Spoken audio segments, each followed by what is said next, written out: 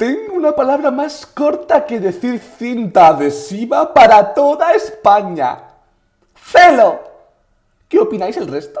Celo, celo, celo,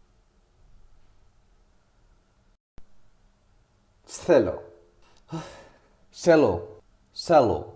Es la primera vez que vamos a coincidir. Celo, celo. ¿Qué te pasa, Andalucía? ¿Que no te va a gustar? Vas a decir hercero, ¿verdad? Está bien, no te preocupes. A ver, pues no. Pero no soy la única, ¿eh? ¿Por qué me metes a mí en esto, tolete? Estás acostumbrada a quedar mal después de lo del agua. Guagua, machango. Guau. ¿Cómo llamáis al celo?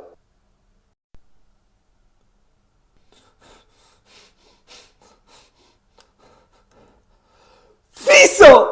Chacho, yo también.